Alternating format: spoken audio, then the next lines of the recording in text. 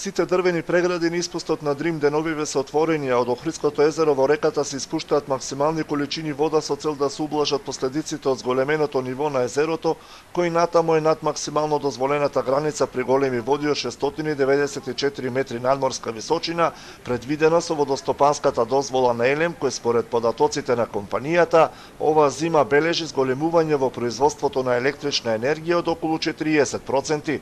Надојденото езеро значително ги намали површините на плажите, а дел од нив претрпеа и штети. Плажите се потполно во вода.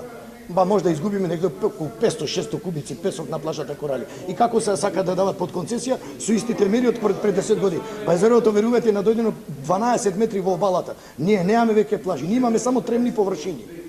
И најдобро нешто е да ги ослободат концесионите оваа година од давачки. Зголеменото ниво на езерото предизвика штети на угостителските објекти во Охрид. Во невремињата на 17 и 31 март уништени беа терасите и платформите изградени во езерото, чиј статус не е законски регулиран, поради што не можат да бидат предмет на одштета.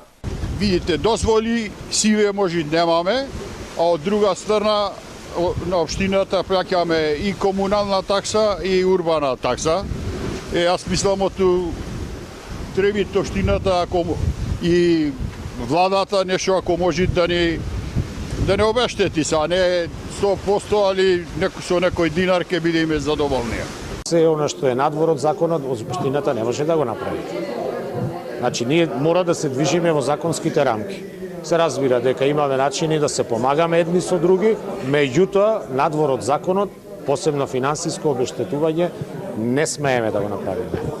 Експертите предупредуваат дека вакви екстремни осцилации на нивото на езерото, кои крајно штетно влијаат и на живиот свет, ќе има и во иднина доколку не се промени начинот на управување со Охридското езеро, кое со децении се третира и користи како акумулација за производство на електрична енергија, за што е отворен процес во рамки на Дримскиот проект. Додека не се решат тие прашања, нема да има квалитетно управување и ќе секогаш ќе имаме проблеми. За тоа да се оствари, неопходна е и соработка меѓу двете енергетски компании, Елем и Кеш, која што соработка во рамките на Дримскиот проект ја започнавме, меѓутоа се уште треба да се работи на постигнување на заеднички меморандум за разбирање и размена на податоци, кои што податоци потоа ќе бидат искористени во квалитетно управување и со нивото, меѓутоа и со целокупниот Дримски басен. Од АДЛ тврдат дека стопанисуваат со водните ресурси на Охридското езеро во согласно со водостопанската дозвола и дека истекот се регулира според хидролошката состојба.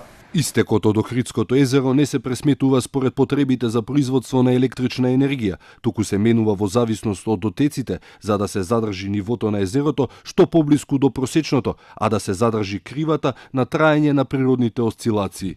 Испустот на Охридското езеро се уште се регулира согласно заклучоците од симпозиумот за овој природен воден ресурс, одржан во далечната 1971 година.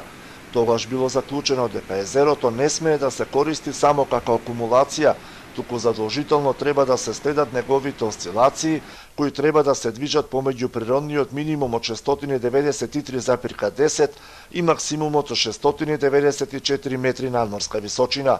По речиси 5 децении, овие параметри ќе бидат предмет на стручна ревизија во рамки на Дримскиот проект, во чиј склоп во мај ќе се одржи експертска средба за изработка на план за управување со сливот на Охридското езеро.